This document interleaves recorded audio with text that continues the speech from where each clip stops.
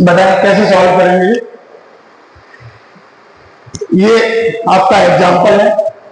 बताओ आपको मालूम है ना क्या दिया हुआ है, PQ जो है वो RS के पैरेलल है और ये एंगल QXM या MXQ कितना दिया है, 135 डिग्री दिया हुआ है और M/R कितना दिया हुआ है, R/M कितना दिया है, 40 डिग्री दिया है। वो आपसे चाहता है कि ये वाला एंगल आप निकालिए। कौन सा एंगल निकालिए, ये वाला। तो पहला स्टेप क्या होगा बताओ, ज्योमेट्री के अंदर हमको गिवन लिखना चाहिए। तो गिवन क्या है, हमको PQ जो है वो RS के पैरेलल दिया है। अब पैरेलल दिया है तो जो पैरेलल होने पर जो प्रॉपर्टी है वो हम इसमें अप्लाई कर सकते हैं।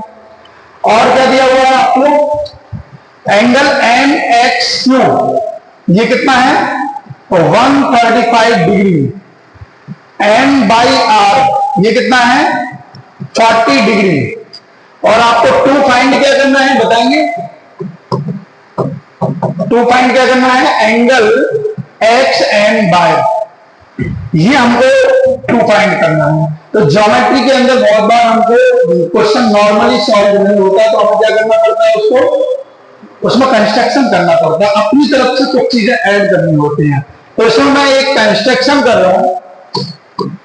वो कंस्ट्रक्शन मैंने क्या ऐड किया कि मैंने बोला आप इस PQ और RS के पैरेलल क्या करिए, एक लाइन ड्रॉ कर लीजिए। क्या कर लीजिए, एक लाइन ड्रॉ कर लीजिए, जिसको मैंने लाइन L बोला, ठीक है ना। तो मैंने बोला draw line L is parallel to PQ। इस L को PQ के पैरेलल हमने ड्रॉ कर दिया। अब देखो इसको सॉल्यूशन कैसे सॉल्व करेंगे। तो देखो सिंस हमको ये मालूम है कि L किसके पैरेलल है, PQ पे। ये हमको कहां से मालूम पड़ा है, तो हमने खुद ने ही कंस्ट्रक्शन किया है, कंस्ट्रक्शन किया ना हमने। अब आप मुझे जो बताओ, हमको कुछ और भी गिवन है भाई, PQ किसके पैरेलल है, RS के। ये कहां से आया, ये हमको गिवन है।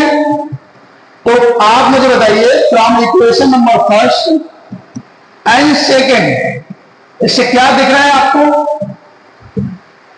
तो देखो L PQ के पैरेलल है, L किसके पैरेलल है, और PQ जो है वो RS के पैरेलल है। तो हमने एग्जाम पढ़ा हुआ है कि ये इसके पैरेलल है और ये इसके पैरेलल है, तो इनडायरेक्टली L किसके पैरेलल हो जाएगा। तो therefore L is parallel to RS। अब इसका मतलब है कि L PQ के भी पैरेलल है और RS के भी पैरेलल है। तो अब हमें जो भी प्रॉपर्टी अप्लाई करनी होगी हम कर सकते हैं। तो मैंने इसको X मान लिया है और इसको Y, और आपको मालूम है हमारा टारगेट क्या है, X और Y दोनों को निकालना और उसका सम करना, क्योंकि इसी का सम क्या होगा, XM/Y होगा। तो अब आप मुझे बताएं कि सिंस हमको ये दिख रहा है कि ये क्या है, ये दोनों लाइनें पैरेलल हैं, ये इसकी ट्रांसवर्सल लाइन है, ये दोनों एंगल कोइंटियर एंगल नहीं है क्या, और कोइंटियर एंगल का सम कितना होता है, 180 डिग्री। तो सिंस हमको बात मालूम है कि ये X और 135 एंगल क्या है, कोइंटियर एंगल है, तो उनका सम कितना होगा, 180 डिग्री। और रीजन भी हम लोग लिख लेते हैं, cointerior angle of same side of transversal,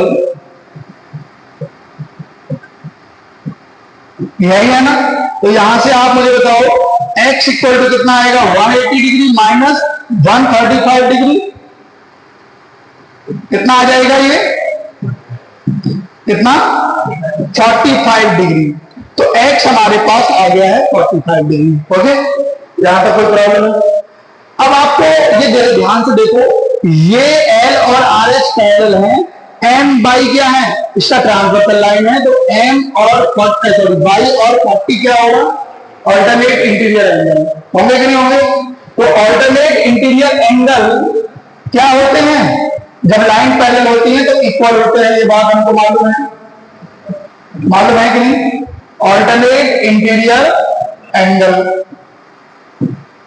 तो ये आपके पास एंगल आ गया। अब आपको एंगल निकालना कौन सा है, तो देयरफॉर XM/Y आपको angle X M Y find करना है। कौन सा एंगल फाइंड करना है? X M Y. तो एक्स एम बाई ये एंगल ही तो है, ये एक्स है, ये बाय एम बाय, तो एक्स एम बाय यही तो है ना। तो ये क्या होगा? एक्स और वाई का सम होगा। तो एक्स एम बाय आपका कितना आ रहा है? ये 45 डिग्री है, ये 40 डिग्री है। तो finally angle X M Y equal to 85 degree. बताएं कोई प्रॉब्लम है इसमें? क्लियर है? कर सकते हैं ना हम लोग? तो एक नेक्स्ट क्वेश्चन करें। हाँ हाँ, कंस्ट्रक्शन कर सकते हो बिल्कुल, लेकिन कंस्ट्रक्शन ऐसा होना चाहिए जो पॉसिबल हो।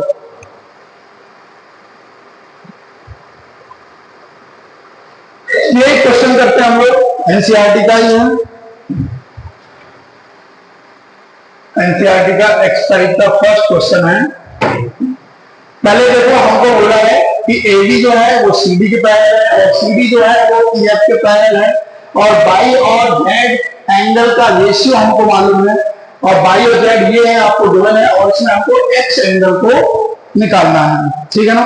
तो फर्स्ट स्टेप बताओ, पहले हम क्या करते हैं, गिवन ही लिख लेते हैं। गिवन क्या है? एबी सीडी के पैरेलल है, सीडी ईएफ के पैरेलल है, और y रेशियो z कितना है? 3:7 है। तो आपको क्या करना है? टू फाइंड x करना है। सॉल्यूशन बताओ क्या करोगे? हम सॉल्यूशन बात करते हैं इनसे, सिंस हमको मालूम है ना ए बी किसके पैरेलल है, ये गिवन है ना हमको, ये हमको गिवन है कि ए बी सी डी के पैरेलल है। अब आप ये भी चेक करो कि हमको ये भी गिवन है कि सी डी जो है वो ई एफ के पैरेलल है कि नहीं। तो इसमें भी हम एक्सियम अप्लाई करेंगे, ए बी सी डी के पैरेलल है और सी डी ई एफ के पैरेलल है, तो ए बी किसके पैरेलल हो जाएगा? ई एफ के पैरेलल हो जाएगा। तो ए बी ई एफ के पैरेलल हो जाएगा। अगर हम एक्स को वैल्यू निकालना है, तो अगर हमारे पास जेड है तो एक्स और जेड क्या हो जाएंगे? ऑल्टरनेट इंटीरियर एंगल हो जाएंगे और इनका वैल्यू आ जाएगा। अब ध्यान से सुना, हमको सिंस ये दिया हुआ है कि बाई रेशियो जेड कितना दिया हुआ है? 3:7। तो इसको अगर मैं एंगल के फॉर्म में लिखूंगा तो बताओ कैसे लिखते हैं हम लोग? बाई इक्वल टू 3k मानना पड़ेगा और जेड इक्वल टू 7k मानना पड़ेगा। तो आप लोग बोलते हैं क्यों मान रहे हैं? क्योंकि आपको मालूम है कि जब दोनों वैल्यू को रेशियो में लिखा जाएगा, जैसे मान लो मैं 16/20 को रेशियो में लिखूंगा, तो रेशियो क्या आएगा इसका? 4:5 आएगा। तो आप देख रहे हैं कि इसमें जो कॉमन पार्ट 4 था वो क्या हो गया है? कैंसल आउट हुआ है। तो यही हम मान के चलते हैं कि इनमें जब रेशियो में कॉमन पार्ट रहा होगा वो कितना रहा होगा?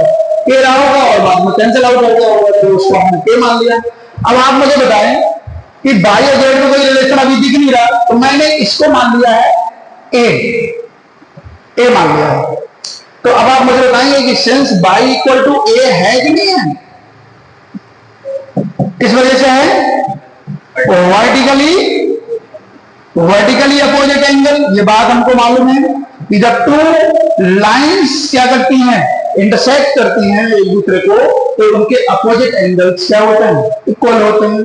तो यहां से a इक्वल टू कितना आ गया? बाई का वैल्यू 3k है, तो a का वैल्यू कितना आ गया? 3k आ गया। आया कि नहीं आया?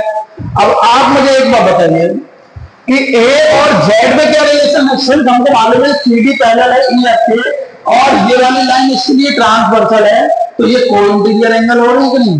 और कोइंटीरियर एंगल का सम कितना होता है? 180 डिग्री। तो सेंस हमको मालूम है कि a plus Z equal to 180 degree होगा, और रीजन आपको हमने अभी बताया, ये कोई इंटीरियर एंगल होंगे, है ना। तो a का वैल्यू कितना है? 3k, z कितना है? 7k equal to 180। तो यहां से कितना आ रहा है?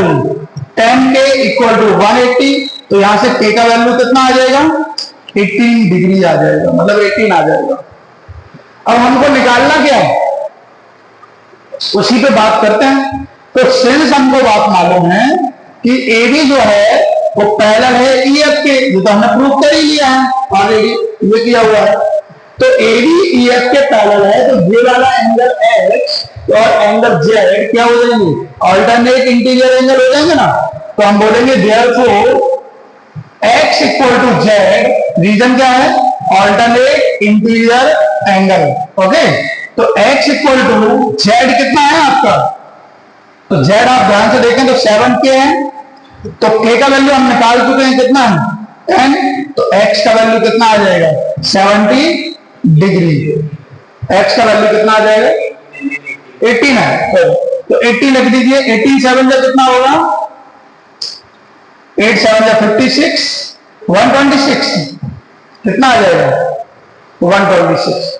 बताए कोई प्रॉब्लम है, क्लियर है, कर पाओगे? तो नेक्स्ट क्वेश्चन करें क्या, बताएं, इसको सॉल्व करके बताओ। एक और करते हैं ये वाला क्वेश्चन। तो पहले हमको जो गिवन है वो उसको लिखना चाहिए। गिवन क्या है, गिवन है कि ए बी किसके पैरेलल है, सी डी के, और ई एफ किसके परपेंडिकुलर है, सी डी के, और एंगल जी ई डी कितना है 126 डिग्री है, ये हमको गिवन है। और टू फाइंड क्या करना है हमको, टू फाइंड क्या करना है, angle A G E, angle G E F और एंगल एफ जी ई, इन सबका वैल्यू हमको फाइंड करना है। तो पहले हम लोग इस फिगर पे आते हैं और सारी इंफॉर्मेशन इसमें दिखाते हैं। देखो ए बी सी डी के पैरेलल है, और ये ई एफ जो है वो सी डी के परपेंडिकुलर है, मतलब ये 90 डिग्री है, पता है ना हमको, ये 90 डिग्री का साइन है। और जी E D, G E D मतलब ये पूरा एंगल हमको कितना दिया है 126 डिग्री दिया हुआ है। तो अब आप मुझे बताओ, ये वाला एंगल इस वाले एंगल के इक्वल हो जाएगा ना, क्योंकि ये वाला एंगल और ये वाला एंगल क्या होगा, ऑल्टरनेट इंटीरियर एंगल होगा ना, क्योंकि हमको मालूम है एबीसीडी के पैरेलल है, तो जीई ट्रांसवर्सल लाइन होगी, तो ये एंगल जो जीईडी है ए जी के इक्वल होगा, और बाय ऑल्टरनेट इंटीरियर एंगल है ना। तो हम ये बात लिखते हैं कि सिंस हमको मालूम है कि एंगल ए जी ई, कौन सा angle A G E is equal to angle G E D, G E D, और वाई ऑल्टरनेट इंटीरियर एंगल, और therefore angle A G E equal to G E D हमको already कितना given है, और 126 given है। आप चाहें तो यहां पर लिख दीजिए कि एंगल जी ई डी हमको दिया हुआ है कितना है 126 डिग्री है। क्लियर है? तो पहला स्टेप तो हमारा हो गया, ए जी ई आ गया। और क्या निकालना है, जी ई एफ निकालना है। तो जी ई एफ का है, जी ई एफ, ये वाला एंगल ही तो जी ई एफ है। तो देखो ये आपका जी ई डी है, इसमें से अगर हम कितना माइनस कर देंगे, ये वाला एंगल 90 डिग्री तो आ जाएगा। तो हम इसी बात को लिखते हैं कि सिंस हमको मालूम है कि एंगल जी ई डी किसके इक्वल है, बताओगे आप, जी E F, G E D नहीं, जी ई एफ, ये है ना, जी ई एफ, ये इतना एंगल जो है वो किसके इक्वल है बताओ, G E D, angle G E D, और इसमें से अगर मैं माइनस कितना कर दूं, ये वाला एंगल जो कि 90 डिग्री है तो आ जाएगा। तो एंगल जी ई एफ कितना है बताओगे आप, ये दिया हुआ है 126 और ये 90, तो फाइनली जी ई एफ कितना आ जाएगा 36 डिग्री आ जाएगा। कितना आ जाएगा 36 डिग्री। कोई प्रॉब्लम है? अब ये 36 आ गया है, फाइनल एक और है एफ जी ई। तो एफ जी ई मतलब ये वाला एंगल निकालना है, यही है ना कि, तो अब आप देखो ये एंगल और ये एंगल का सम कितना होगा 180, क्योंकि दोनों ही एक ही लाइन के एंगल हैं, और एक लाइन पर टू एंगल का सम कितना होगा 180 degree by linear pair angle. तो आप बताएं, सिंस हमको मालूम है कि ये वाला angle A G E plus G F G E,